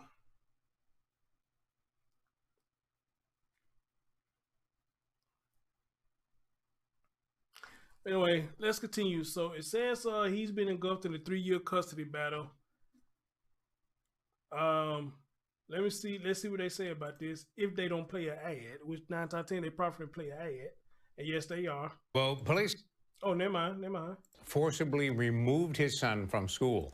By his own admission, the 26-year-old has been fighting a custody battle for 3 years now. Okay, y'all just heard at the beginning. He got in trouble because he tried to remove the child from the school. You heard the man, 26-year-old. Man, he look older than 26 to me. So he did get in trouble recently for trying to pull something like this, which people are looking at him now saying that it's him because he tried to remove the child from school when he wasn't supposed to do that. Y'all didn't hear it. I rewind it back and let you hear it. Well, police say Dimitri once forcibly removed his son from school. Oh, he forcibly moved his son from the school. Okay. By his own admission, the 26-year-old has been fighting a custody battle for 3 years now. Jane Flash joining us now. Had a chance to talk to some family members who say they have had... Sassy, where the hell you been, baby? Where the hell you been? Welcome back, honey. Carter Holland says, why aren't the children with one of their parents? The dad seems very willing to take care of them. From Holland. Hopefully I can get to that doing this show because I only got minimal information, so that's why I'm doing this show with y'all tonight. So we're gonna try to bounce off each other, you know. Had contact with him today, Jane. Well, Dimitri Cash's family told me he has been in contact with them and also in contact with a deputy today. They did not elaborate and declined to be interviewed on camera. Here's what we are learning about him, beginning with last night's police dispatch. Someone broke into the house, duct taped everyone, and took 2 kids. Supposed to be a 3- and 4-year-old that were taken. The chilling dispatch followed by this. Suspect named Dimitri Cash. Police now say Dimitri Cash is someone they want to speak to and someone known to law enforcement. 1 year ago, he was arrested, accused of forcibly removing his son from Autumn Lane Elementary School in Greece, with his 2-year-old daughter also in the car. y'all hear me out. Y'all hear me out. So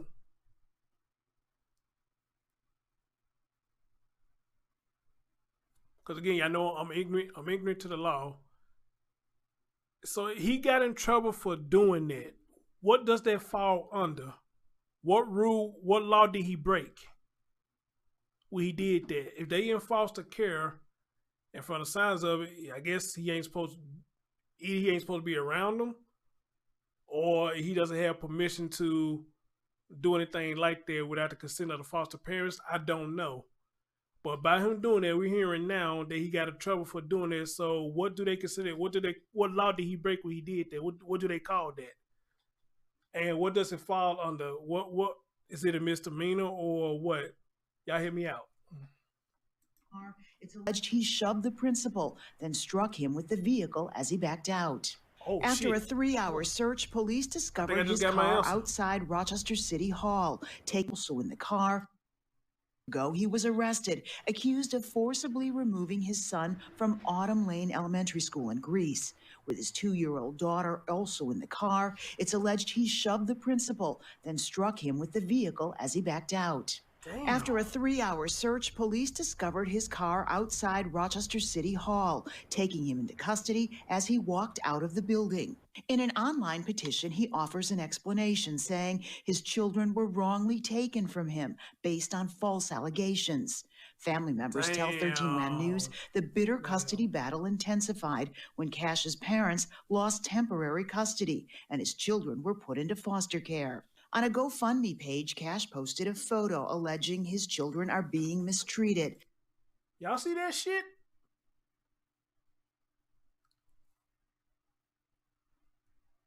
If that's his boy, what the fuck? Y'all see that shit?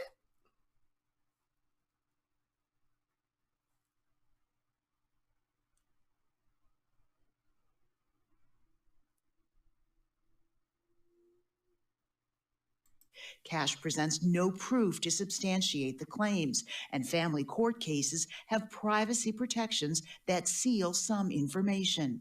Yet family tells 13 WAM News this father was desperate to help his children. They described his stature as large and imposing, and not a match to the men described in this dispatch. Both around 6 foot, maybe a little bit smaller, both small frames, not overly large or overly skinny. Now, reached late today, Greece police say they cannot talk about the family's claim that Cash has spoken with a detective. After the altercation last January, he was charged with 3 misdemeanors, including endangering the welfare of a child. That case is still pending in criminal court. In the newsroom, I'm Jane Flash. Thank you, Jane. And we are following more breaking news tonight. I couldn't blow that up, but hopefully that picture is down here somewhere. Please let it be down here somewhere.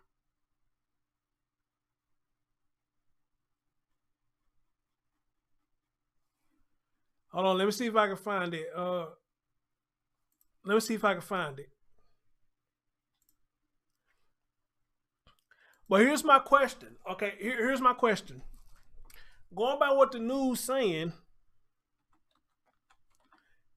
it sounded like they said the parents lost temporary custody.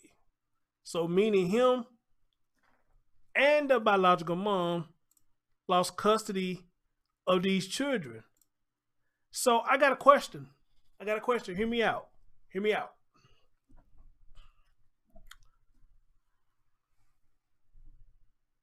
So since this man lost his children to Child Protective Services, are y'all gonna call him a piece of shit like y'all did Ryan Dean? Let me ask that question again. For the people who said Ryan Dean is a piece of shit because she lost her children to the social services, and I get it, you can feel how you want to feel. I get it. We just heard a story right here that this man lost custody as well. What if it's temporary or not? So does he get the same label that he's a piece of shit? I just want to know. I want to know. Let me see if I can find this GoFundMe.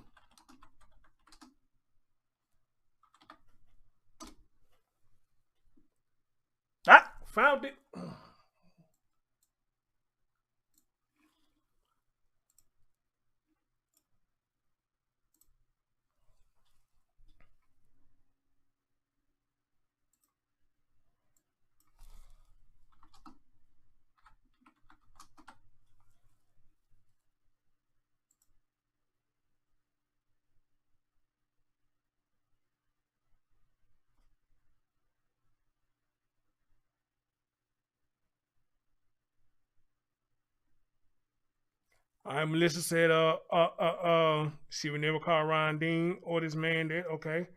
VN say, people can make mistakes. Every sinner has a future. Every saint has a past. I agree with that. Okay.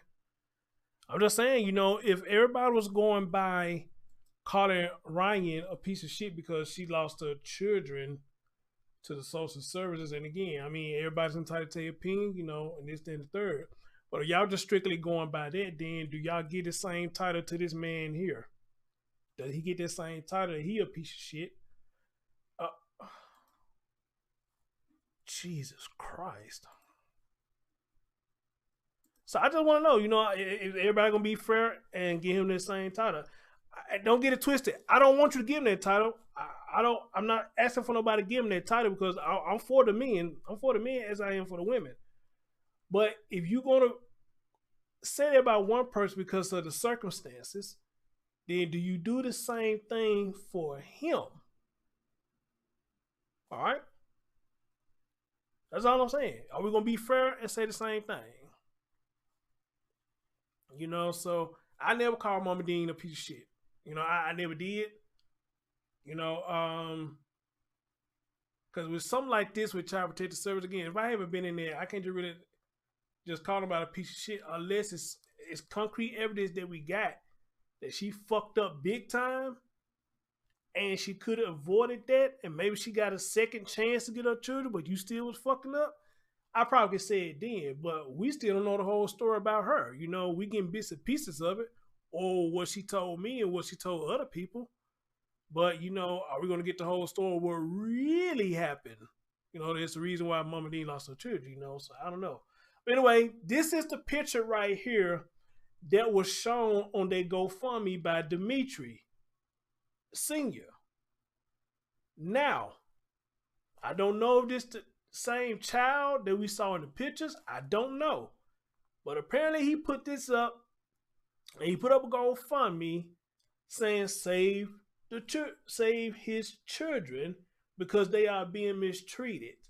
Now, if this is true, that this is his child, and his child is being mistreated by piss poor foster parents, then I got to honestly say, I don't blame him for what he's doing.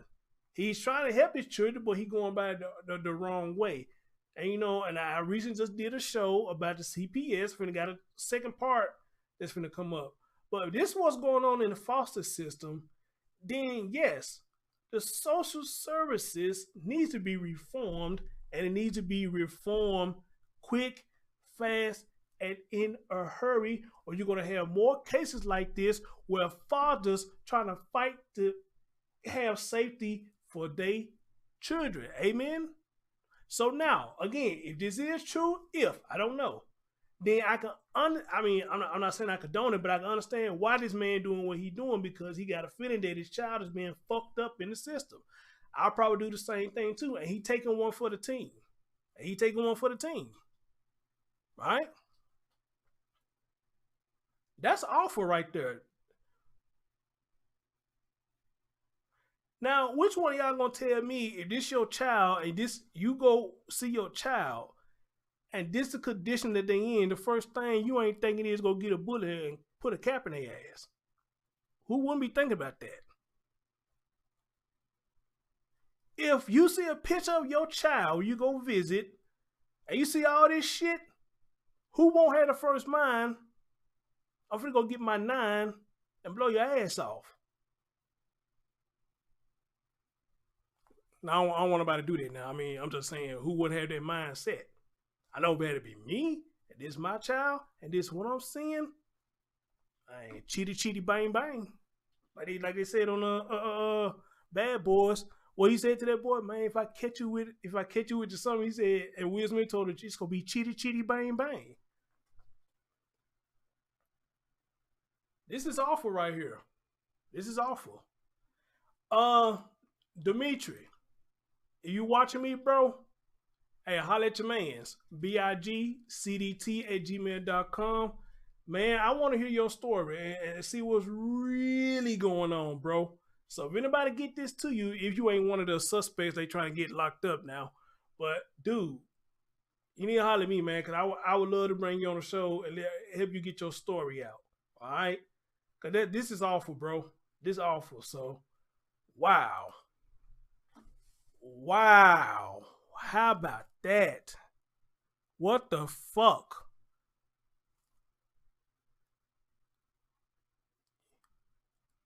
Ooh-wee. Chitty chitty bang bang. Creole East. Good morning. Good morning. Carla said, if I was the dad and I saw that picture, I would be able to do some desperate action for sure. And you know what? I want y'all to think about what y'all heard before the interview with the cops ended. Rochester, New York, all the way to Alabama. Let me look that up and see how far that is.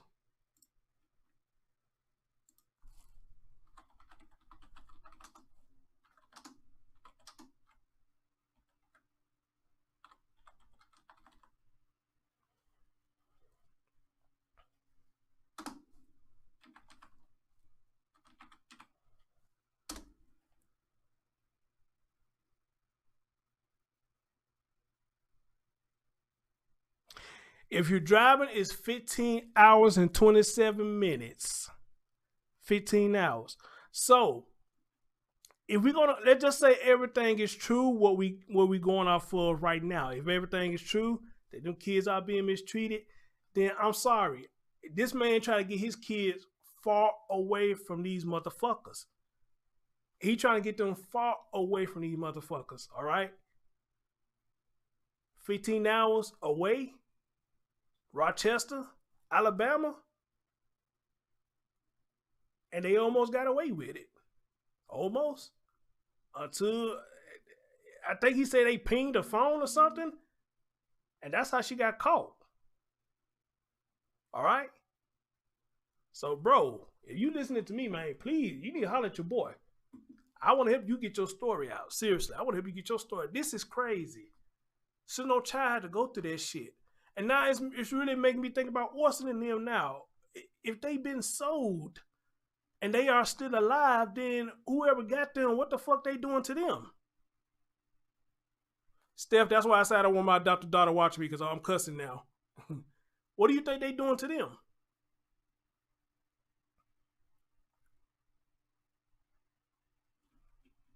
Jesus Christ.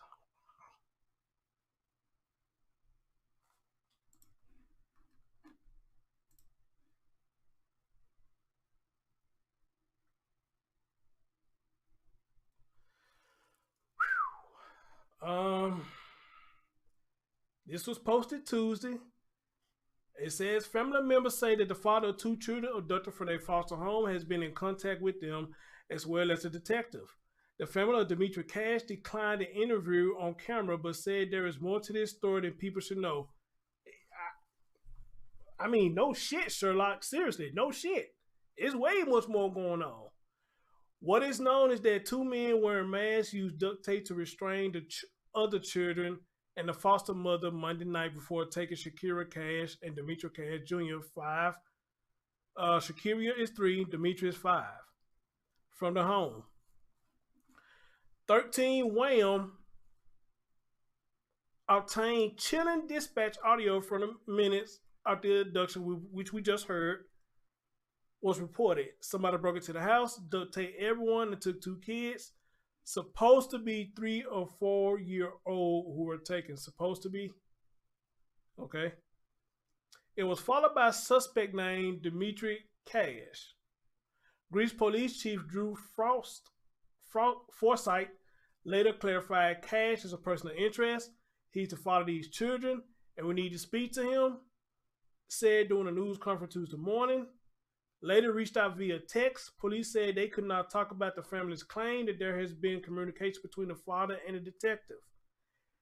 Cash is someone known to law enforcement. 1 year ago, he was arrested, accused of forcibly removing his son from the elementary school that we saw. All right. Following a 3-hour search, police discovered Cash vehicle parked outside Rochester City Hall. He was taken into custody as he walked out of the building. An online petition that we saw, Cash offered an explanation saying his children were wrongly taken from him based on false allegations. By his own admission, the 26-year-old has been engulfed in a custody battle stretching 3 years.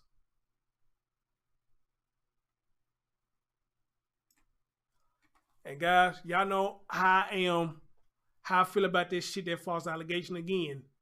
CPS came to my house twice, and it was a nasty ass false allegation. So I know how that shit feels. I know how that shit feels.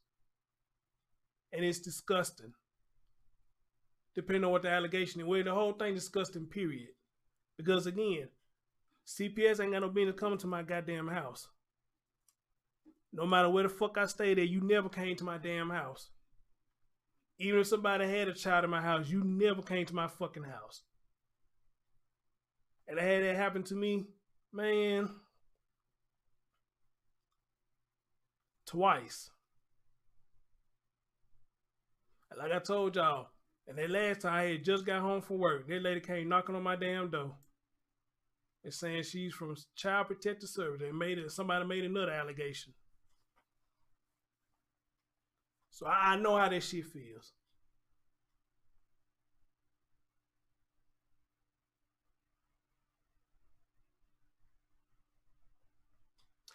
Family members say the custody fight intensified when his children were put into foster care.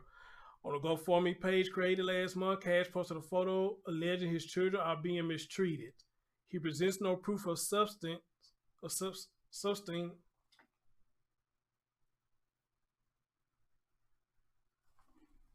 Hold on, let me see how I pronounce that word before I fuck up. Let me see how I pronounce that word.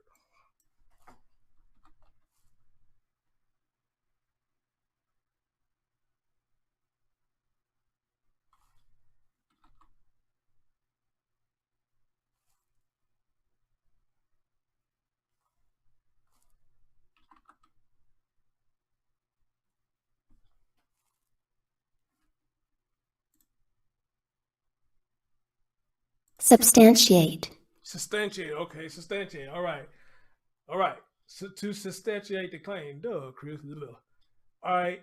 Family court cases have substantiate. Okay. The claims family court cases privacy protection that see some information from the public. I hope you ain't watching. You know what I'm talking about. I hope you ain't watching when I just did that. Alleged children are being mistreated. He presented another substantiated claims. Family court cases have privacy protection to seal some information for a public viewing. Family members said this was a father desperate to help his children. They describe him as a large and imposing, and not a man described by dispatchers as around 6 foot, maybe a little smaller. Both of them had small frames, not overly large or skinny. After the altercation last January, Cass was charged with 3 misdemeanors. Okay, I just got my answer. He was charged with 3 misdemeanors, including endangering the welfare of a child. The case is still pending. Oh my God! So that case is still pending. All right. So let me ask y'all in the audience. What does it sound like to you right now? Does it sound like a man who's fighting for his children?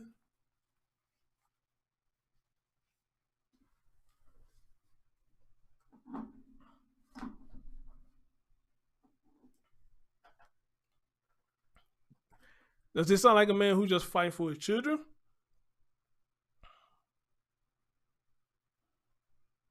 Or what do you think is going on here? What do you think is going on here?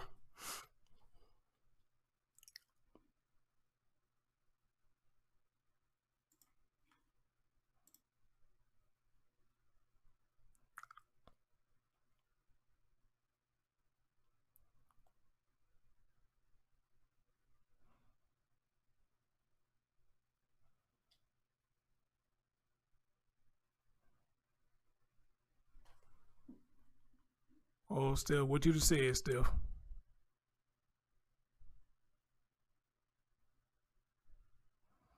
Steph, you got a call from the DCFS? What the fuck?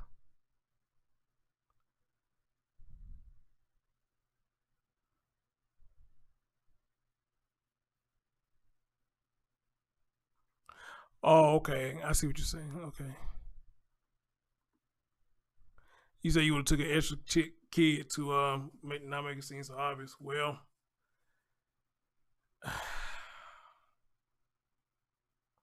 I don't know. If he had did that, he probably would open up more cans of worms. If it was him who did it, he probably would open up another can of worms if he had done that. So, yeah, he probably would open up a whole another can of worms. Okay, everybody's saying that he think he's trying to protect his children and he doing it the wrong way. Ladies and gentlemen, I'm going to say I agree with you. I think he is trying to get to his children and he is doing it the wrong way. Now, does that say he's... Because I'm going to read some comments. I'll tell you what, let me read these comments first and let's see if y'all mind changes when I read some of these comments. And some of these comments they coming from Facebook. All right. We got somebody here said, Lord, let a good lawyer see this and do a pro bono for these children and their father. They're praying. We got somebody said that they sent a message to a lawyer about it. Okay, good work. Good work. They in here saying, let's get it out. Okay. Somebody said he needs Pam Bayer, bring her out of retirement for pro bono. She was a public defender, retired now, but she has experience in custody where parents make up lies, CPS, false allegations, etc. Also, I wonder who the law guardian was for these kids. Somebody named Lori Rob something. Again, A+ law guardian with experience in CPS, false allegations, etc. as well. I can't remember her last name. Another experienced law guardian with regards to CPS. Okay, so she giving out some names. You got a person here saying right here, this man is fighting for their safety. All right, you got a person right here saying this is so sad, but does he have proof that they are being abused? If he does, shame on our judicial system, part for the course. And let's see what some of the people said to her. He has pictures.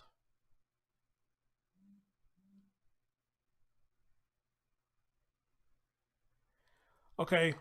Somebody come in and said, read on another news site, these kids were violently taken and the foster mom and the other kids were duct taped together. So let's see what people are saying to her.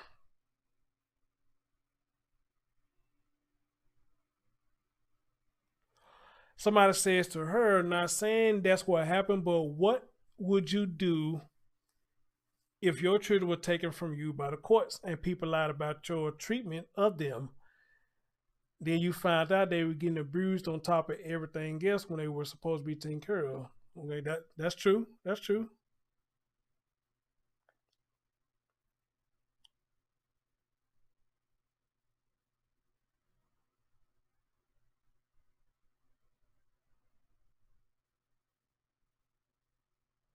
I don't know what you're talking about there.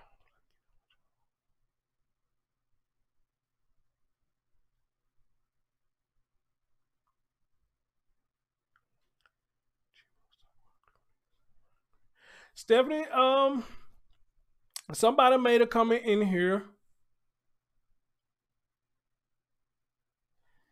Somebody made a comment in here something similar to yours. This is what they said.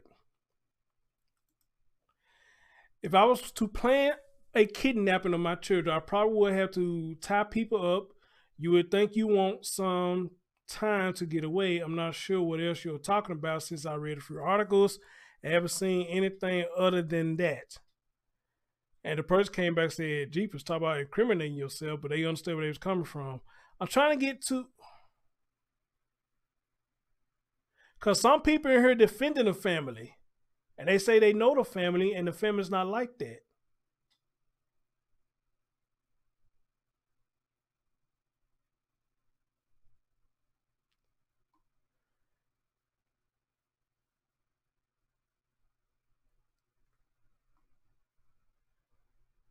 Okay, here goes somebody right here. They said, I have known this family for like forever. They are being accused of something they would never do. This is a good family. All right.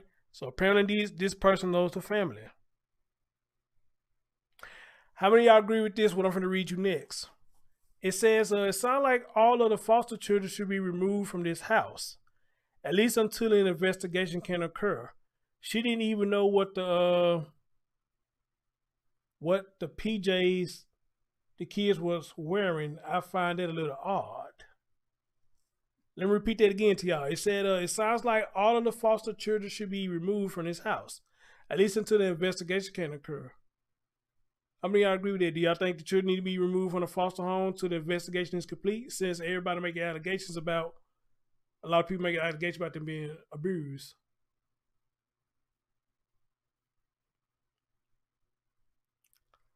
Let's see. Where's the?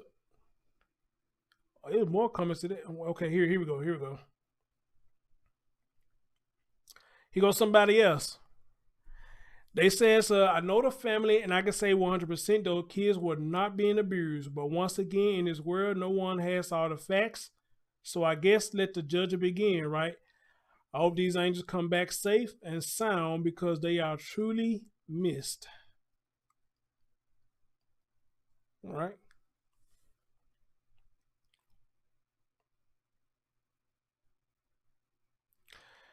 This person comes back and say, I have read comment after comment about the situation. None of you had the full truth to this story, yet you seem to have the full truth to this story, yet you seem to have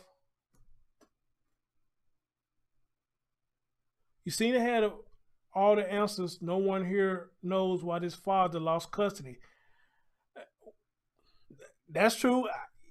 Yeah, that is true. We don't know the truth why he lost custody, so that is true. So they say we don't know why he lost custody in the first place. In this day and age, it takes a lot to lose custody of a child. So let's think about that. If the foster parents are abusive, that is a tragedy for sure. The bottom line is that these kids were violently abducted, and the dad has some sort of sketchy history. I hope for the children to be safe and return to a safe home. What do y'all think about that one?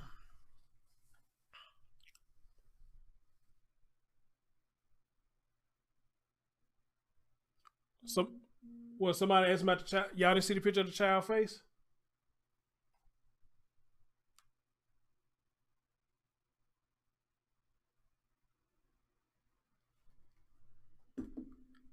Somebody asked about what happened.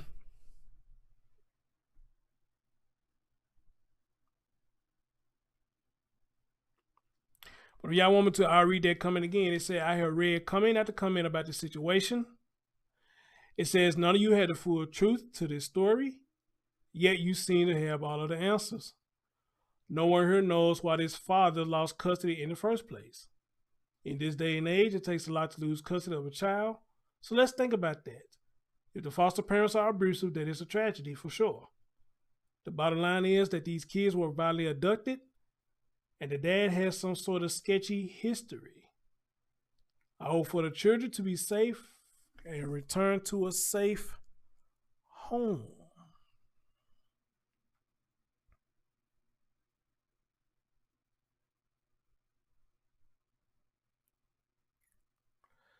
Let's see, what else they talking about?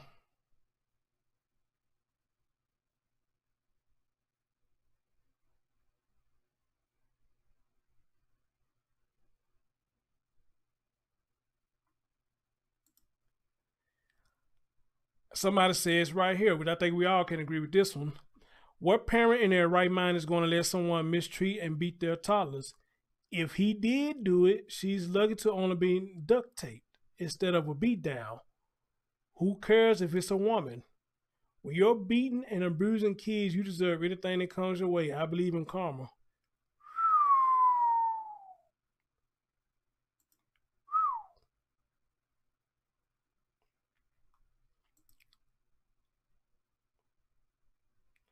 All right, here go a good one. Somebody respond to that. And they said this, except it's only his word that there was abuse. There was any abuse. Teachers are mandated reporters. Certainly some signs could have been missed.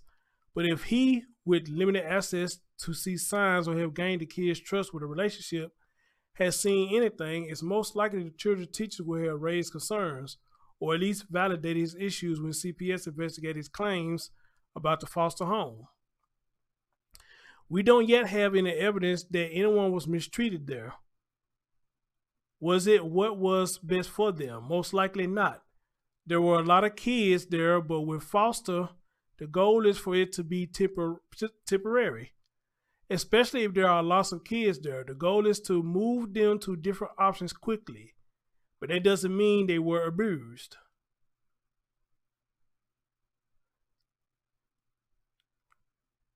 All right.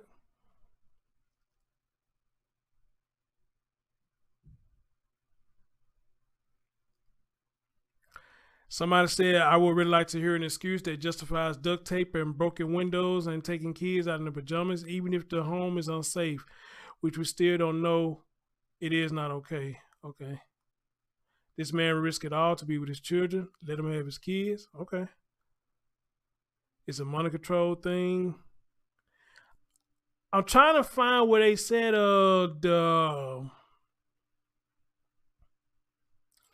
the baby mom made an allegation against him.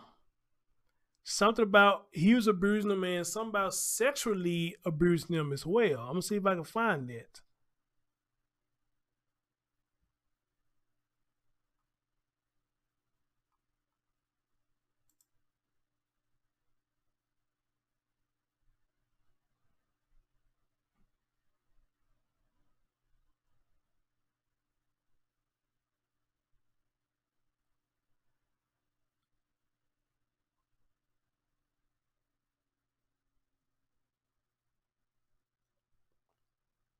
They might have erased that one. Let me see if I can find it for y'all. Because somebody say one of them was sexually abused or some shit like that.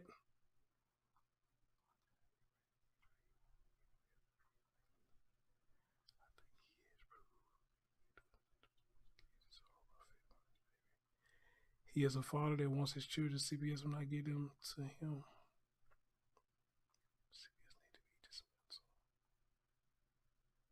All right, somebody asked the question right here. Where's the mom in all this? I want to know that too. I feel horrible that this man would probably spend time in prison for this with kidnapping, home invasion, and grand theft auto, while all he clearly wants is his kids. This is the second time he has tried to take them. I'm super curious as to why he doesn't have them and where the mom is. It should be here somewhere. All right, here we go. Here we go. Somebody said mom should be in jail for making up false claims against the father and why he lost rights to visit, which they have retracted before. False claims, you should sit in jail for a good long time to learn lying gets you in trouble. I agree with that. Ooh, I wish. Ooh-wee. And then this person came back and said, where's the article stating the mom made a false allegation toward the dad? Just wanted to read it. Then they came back and said, it's what everyone is saying. Mom started this, then retracted her statement and been downhill since.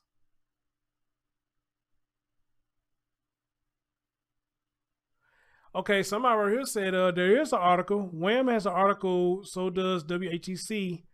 The mother and the older daughter from a previous relationship made up allegations and then later admitted that they were false and recanted them. So they saying it's an article back there where they did lie on him.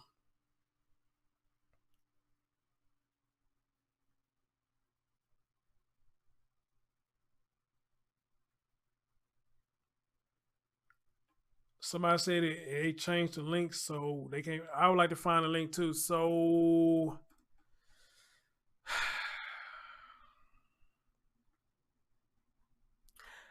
wow. So according to the people up here, everybody, just I guess making a little. Well, somebody claimed they seen the article where the mother and her daughter made a false allegation against him. But then they later retracted. So if that is the case, then maybe that's the reason why he lost the children. But it leaves me mind boggled because that means she lost them too. So, or unless he had custody of them and she got bitter and lied on him and thought she was going to get it and just fucked the whole thing up. You know, I don't know. You know, I don't know how this shit works. You know, I'm just throwing out assumptions or you know, shit like that. But I think again, that's a damn shame if that is what's going on. That y'all got so much hatred towards each other that you are willing to make false allegations against each other. You know, with defects or DCFS or whatever you want to call them. I think that's a damn shame if both people playing a part in there. You know, again, people don't understand when you're doing it. Y'all not hurting each other. You hurting them children, and y'all hurt them to the point where now they off in a foster home because everybody just playing this fuck game or who gonna top who the best. Amen. I mean, I don't know. I'm not saying he did it on her, but you know, but something caused her to do it. You know, I don't know. I don't know what's going on. Oh, maybe the children was happy with him, and she was jealous that maybe she was getting a different reaction when they was over there with her. I don't know. I don't know. But that's gonna be one key point right there. Where the fuck she at in all this? Well, don't get quiet. Come on out and say something. Do you feel that these foster people are abusing your children? Do you feel like they abusing your children? All right. So yeah, come on out and say something, man. Cause for what it sounds like, he the only one fighting. He the only one fighting. So where's the biological mom at? Or could she be one of the ones that's in question and the police can't say nothing about it?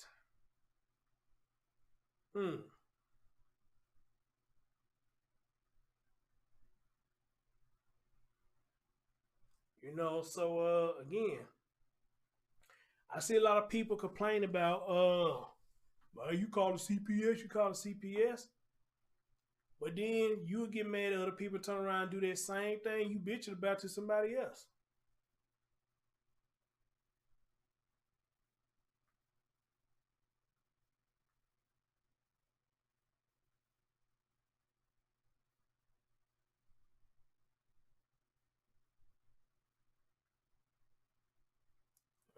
I'm just saying, you know, this shit's crazy. It's a motherfucking ridiculous. A motherfucking ridiculous.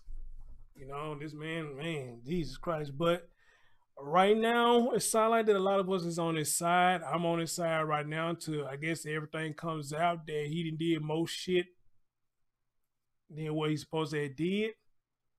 I mean, I guess I haven't changed our idea, but right now, you know, I see a man or hear a man who has been done wrong, and he's trying to fight against, he trying to take the law in his own hands instead of, I guess, going through the courts. But then again, I guess I understand because the courts may be dicking him around. I don't know. They dicking him around. So, woo, man. So, any one of y'all going through this shit, my heart goes out to y'all, man. That shit ain't no joke. Hey, Gypsy girl, what's going on, dear? That ain't no joke, man.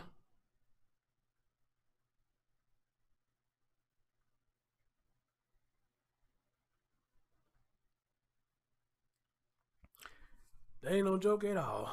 Let me see if there's anything else I need to share with y'all before I get on out of here.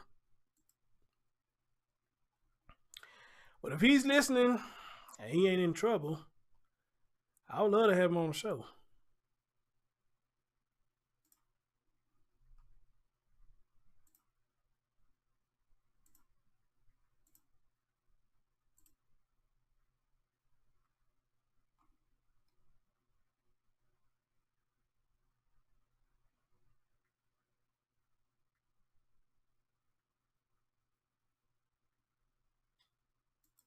The hell is this?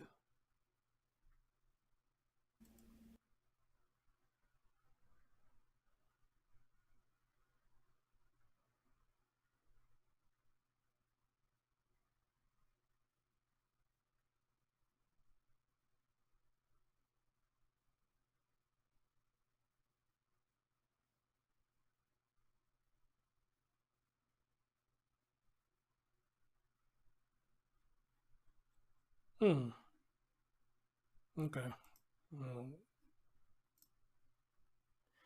Let's see if I can make that show you how far this goes.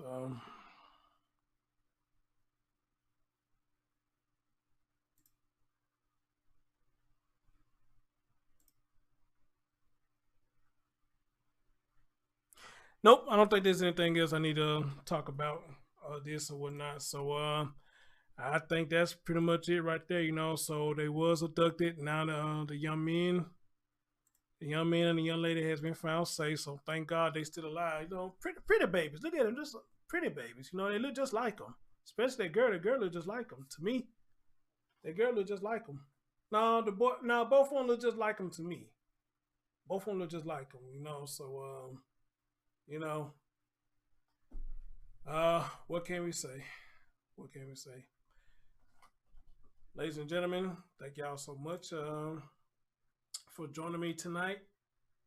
And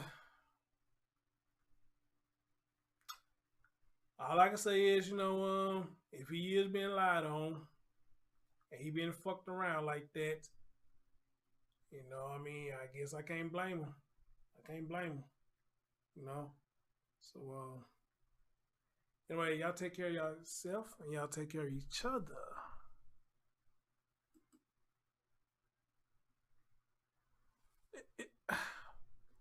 You say I'm not playing? What you talking about, Liz B? You say I'm not playing. I'm not playing about what?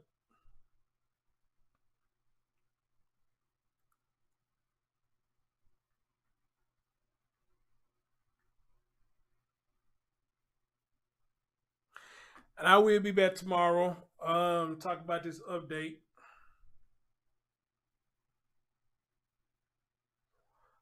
Cha, you know what? You might got a point. It's probably a whole lot of dysfunction going on from beginning to the end.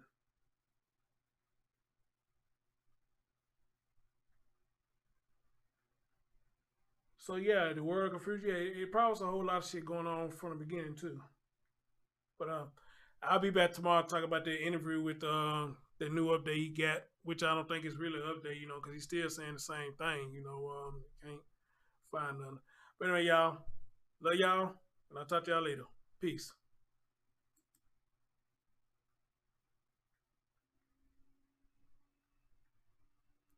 Well, damn.